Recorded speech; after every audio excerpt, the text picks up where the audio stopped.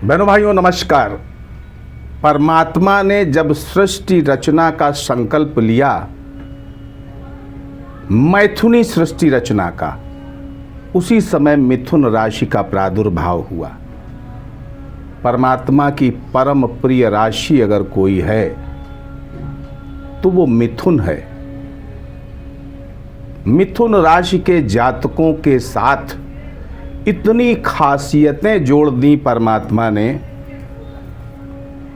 अगर आप मिथुन राशि के जातक हैं तो उन अपनी खासियतों को एक बार उन पर ध्यान जरूर दें। बहुत प्रतिभाशाली, बहुत एक्टिव, बहुत क्रिएटिव, अच्छे पॉलिटिशियन, अच्छे वक्ता, कंप्यूटर गणित में विशेष रुचि और पारंगता, यही श्रेष्ठ गुण परमात्मा ने मिथुन राशि पर दिए। और भी अनेक गुण हैं। ये मिथुन राशि की खासियतें परमात्मा की प्रिय राशि होने के कारण मिथुन राशि को मिले। एक बुराई भी है मिथुन राशि के जातकों में। अगर उस बुराई को मिथुन राशि का जातक दूर कर ले तो असीम सफलताएं उसके चरणों पर होती हैं, उसके पैरों में होती हैं। परिवर्तन अच्छी चीज है, परिवर्तन अच्छी चीज है, लेकिन एक सीमा से अधिक परिवर्तन की कामना करना ये कहीं ना कहीं आपके जीवन में अस्थिरता देता है। अस्थिरता से बचने का प्रयास करिए। जीवन में परिवर्तन एक सीमा तक ठीक है। आपकी बोरिंग होने लगे किसी काम को करते करते, आप दूसरा परिवर्तन चाहें, ये कहीं ना कहीं आपके लिए ठीक नहीं रहता है। तो जीवन में सफल होना चाहते हैं तो एक सीमा तक परिवर्तन को स्वीकार करिए। बहनों भाइयों, नवंबर माह की शुरुआत कैसे होने वाली है आपके मिथुन राशि के जातकों के लिए, इस वीडियो में बने रहिएगा। मिथुन राशि के जातकों के व्यक्तित्व पर चर्चा करूंगा, उनके स्वास्थ्य पर चर्चा करूंगा, उनके इस महीने आने वाले चैलेंज के बारे में आपको बताऊंगा। कौन सी चुनौतियां आपके सामने इस महीने आ सकती हैं। आपकी आर्थिक व्यवस्थाओं की स्थितियों पर चर्चा होगी, आपके पारिवारिक और दाम्पत्य जीवन पर चर्चा होगी, आपके नौकरी पर चर्चा होगी, आपके व्यवसाय पर चर्चा होगी, आपके प्रेम संबंधों पर चर्चा होगी। प्रतियोगी परीक्षा की तैयारी में है, नौकरी की तलाश में है तो इस पर भी चर्चा होगी। आपके संतान पक्ष पर भी चर्चा होगी और चर्चा होगी उन तारीखों की जो आपके लिए बहुत अच्छा लाभ दे सकती हैं, अच्छे अवसर क्रिएट कर सकती हैं। और उन तारीखों की भी चर्चा होगी जो आपके लिए बहुत अनिष्टकारी हो सकती हैं। वहाँ पर सावधानी क्या करनी है उसके बारे में चर्चा होगी। कुछ सुझाव दूंगा जो आपके लिए परम कल्याणकारी साबित होंगे। तो बने रहिए। अगर आप मिथुन राशि के जातक हैं तो इस वीडियो में लास्ट तक बने रहिएगा। बहनों भाइयों, आपके व्यक्तित्व पर चर्चा करें, आपके स्वास्थ्य की चर्चा करें तो आपका लग्नेश बुध छठे घर में वर्तमान में गोचर कर रहा है वृश्चिक राशि पर, और पूरे महीने नवंबर में वृश्चिक राशि पर ही रहने वाला है। 26 नवंबर से वक्री भी हो जाएगा। तो वृश्चिक राशि दरअसल आपके लग्नेश राशेष मिथुन राशि का स्वामी बुध उसका शत्रु है, मंगल शत्रु है। अब मंगल शत्रु और उसकी राशि में बुध कैसा फील करेगा, आप महसूस करें उस चीज़ को। शत्रु के घर में आप जाएं, आप कैसा फील करेंगे। दूसरा, जो वृश्चिक राशि है वो जल तत्व की राशि है और आपका जो लग्नेश और आपका राशेश है वो वायु तत्व है। और जल तत्व और वायु तत्व में कोई खास मित्रता नहीं है, तो यहाँ तत्वगत शत्रुता भी है। अब जल की और वायु की एक बार ही मित्रता गहरी होती है तो सुनामी पैदा होती है। तो इसी मानसिक सुनामी के साथ आप प्रवेश करने वाले हैं नए महीने में, नवंबर महीने में। बहुत बढ़ी चढ़ी महत्वाकांक्षाओं के साथ आपका प्रवेश इस नए महीने नवंबर में होने वाला है। महत्वाकांक्षाएं बढ़ती रहेंगी, लेकिन पूरी कितनी होंगी, इच्छाएं कितनी पूरी होंगी। तो बहनों भाइयों, इच्छाएं भी लगभग आपकी 80-85% इस महीने पूरी हो जाएंगी, जो भी आप महत्वाकांक्षाएं या मनोकामनाएं लेकर के नवंबर माह में प्रवेश करेंगे। तो नवंबर माह के अंत तक आप इस बात से सेटिस्फाइड रहेंगे कि आपकी काफ़ी इच्छाएं पूरी हो गई। बहनों भाइयों, जो मिथुन राशि है ना, ये काल पुरुष का तीसरा भाव होता है, इच्छाओं का भाव होता है।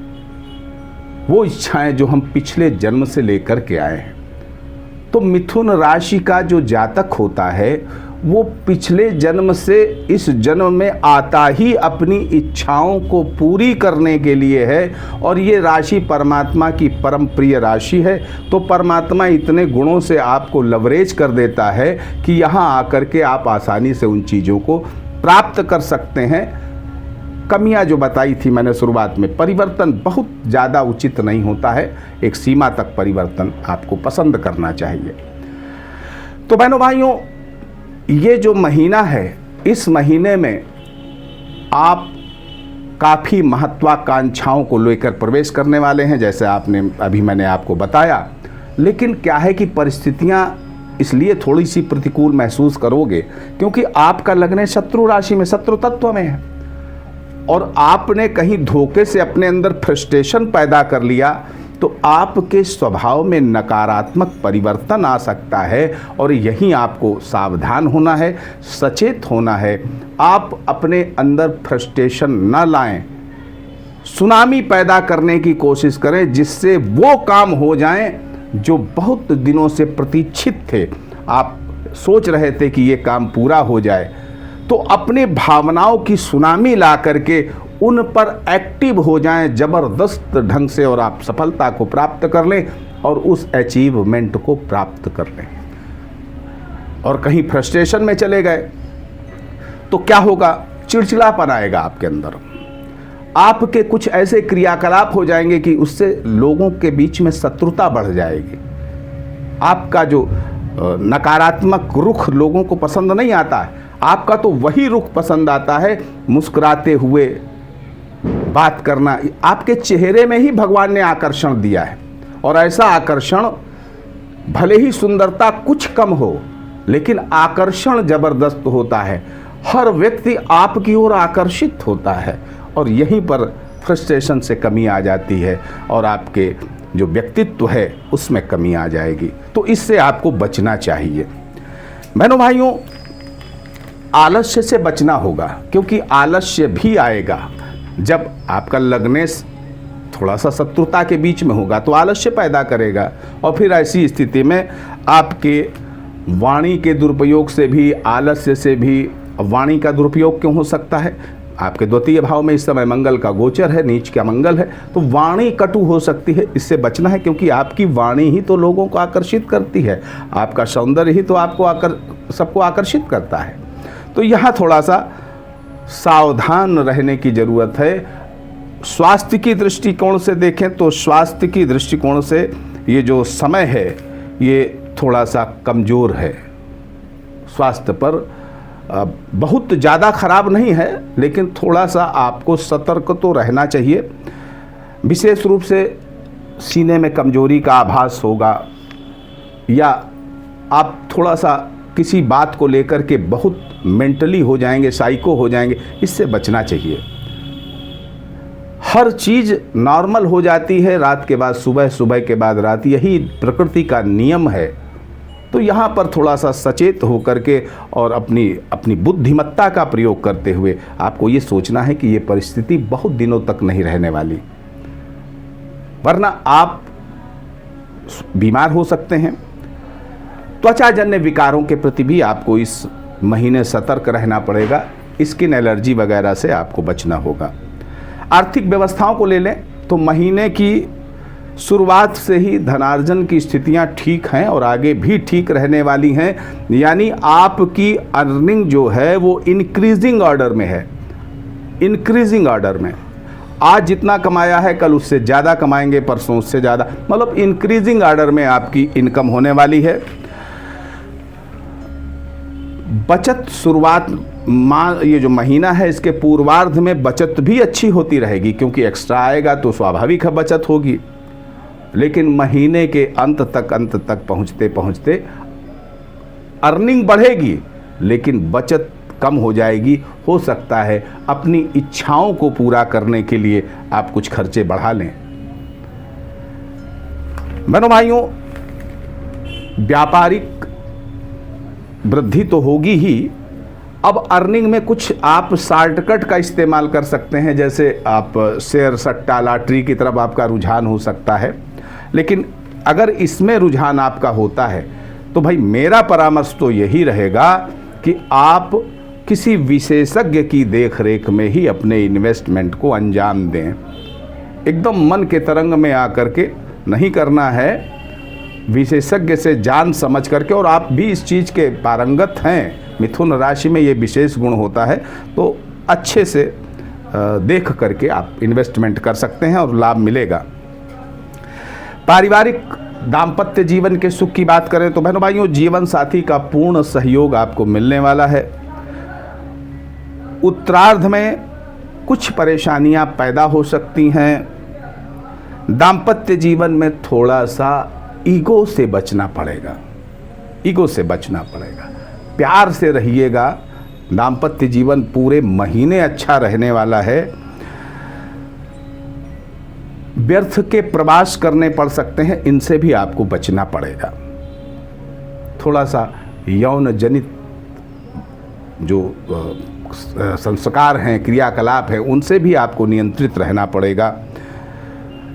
एक दूसरे का सम्मान करना पड़ेगा। इस चीज़ का आपको इस महीने विशेष रूप से ध्यान रखना है, क्योंकि आपका जो चैलेंज है वो बहनों भाइयों सप्तम भाव में ही है। आपका जो चैलेंज है वो सप्तम भाव में ही है, यानी आपको अपने जीवन साथी के प्रति बहुत जिम्मेदार, बहुत ईमानदार, बहुत एक्टिव रहना पड़ेगा। अपने व्यापार के प्रति, अपने रोजगार के प्रति भी बहुत जिम्मेदार और एक्टिव रहना पड़ेगा, क्योंकि इस माह का चैलेंज आपके सप्तम भाव से बनता है। इस बात का ध्यान रखिएगा। नौकरी में अत्यंत अनुकूलता मिलने वाली है बहनों भाइयों, कोई दिक्कत नहीं है। उच्चाधिकारियों से सहयोग मिलेगा। फिर भी आपको कहीं अपनी हठ धर्मिता नहीं पकड़नी है, जिद नहीं पकड़नी है, और अपने सहकर्मियों की चालों से बचने का आपको जो गुण है, या आपको भगवान ने बुद्धि दी है, तो वहाँ उसका प्रयोग करके उनकी चालों को उन्हीं की चालों से न्यूट्रलाइज करना है। अपने दिल में नहीं लेना है किसी भी चीज़ को। मान लीजिए किसी सहकर्मी ने आपको थोड़ा सा उकसाया, तो उकसाने से नहीं आना है, अपनी बुद्धि का प्रयोग करते हुए उसको न्यूट्रलाइज करते हुए नौकरी करनी है और बुद्धिमानी से उसे हैंडल करना है, वरना थोड़ी सी परेशानियां हो सकती हैं। व्यापार का दायरा बढ़ेगा इस माह। व्यापार आपका जिस लेवल पे है उससे बढ़ेगा और उसके लिए आपको एक्टिव हो जाना चाहिए अभी से। मार्केट बनेगा, धनार्जन भी बढ़ेगा। खास तौर पर जो माह का पूर्वार्ध है ये बहुत अच्छा रहने वाला है और उत्तरार्ध भी अच्छा रहने वाला है। तो आपका पूरा महीना धनार्जन के दृष्टिकोण से ठीक है। साझेदारों के बीच में वैमनस्य न आने दें। व्यावसायिक यात्राएं करते हैं, प्रवास में रहते हैं, तो वहाँ पर आपके साथ कुछ बेईमानी ना हो जाए, कुछ अनहोनी ना हो जाए, तो उसके लिए सतर्क रहने की ज़रूरत है। प्रेम संबंधों की बात ले लें तो प्रेम संबंधों के में कुछ अपयश मिल सकता है, सतर्क रहें। और चरित्रगत कमी कभी ना होने दें पूरे महीने। किसी गलत स्त्री पुरुष के संपर्क में आपको इस माह नहीं आना है, वरना आपको अपयश मिल सकता है। कुछ निराशाजनक स्थितियां आप महसूस करेंगे प्रेम संबंधों के मामले में। प्रतियोगी परीक्षाओं के बारे में कहें तो सफलता इस माह आपको मिल जाए, इसमें थोड़ा सा मुझे संदेह दिख रहा है। फिर भी कोशिश आपको करते रहना चाहिए। 16 नवंबर के बाद नया पद, नई नियुक्ति के अवसर आपको मिल सकते हैं। अच्छा है, निराश मत हो, कोशिश करें। संतान सुख के बारे में देखें तो कुछ परेशानियों के साथ, कुछ संतान को कष्ट या संतान से आपको कष्ट। स्वास्थ्य की चिंता आपको विशेष रूप से अपने संतान और स्त्री के लिए करनी है, इन पर ध्यान देना चाहिए। बहनों भाइयों, इस माह का चैलेंज मैंने बताया सप्तम भाव पे है, तो फोकस आपका इस माह सप्तम भाव पे ही रहेगा, यानी व्यापार पर, अपने जीवन साथी के प्रति। तो वहाँ पर आपको ईमानदारी से लगना है। आपकी सफलता का रास्ता भगवान श्री नारायण के द्वार से होकर के जाता है, यानी भगवान श्री नारायण की उपासना आपको करते रहना चाहिए, गणेश और नारायण जी की। अशुभ तारीखें बता दें सबसे पहले तो 2 तारीख, 9 तारीख, 11 तारीख, 17 तारीख, 22 तारीख, 26 तारीख, 27 तारीख, 29 तारीख, ये तारीखें सावधानी रखने वाली हैं। और वो तारीखें बताने वाला हूँ जिनमें आपको कुछ मिल सकता है, यानी उस समय आप एक्टिव हों तो आप निश्चित कोई ना कोई उपलब्धि प्राप्त कर लेंगे। वो तारीखें नोट कर लीजिए। 4 तारीख, 6 तारीख, 12 तारीख, 13 तारीख, 14 तारीख, 15 तारीख, 19 तारीख, 23 तारीख और 24 तारीख, ये तारीखें आपके लिए बहुत अच्छी रहने वाली हैं। बहनों भाइयों, आप सुखी रहे, समृद्ध रहें, इसी मंगलमयी कामना के साथ मैं पंडित दिनेश नारायण पांडे आपसे विदा लेता हूं। प्रेम से बोलिए जय माता की।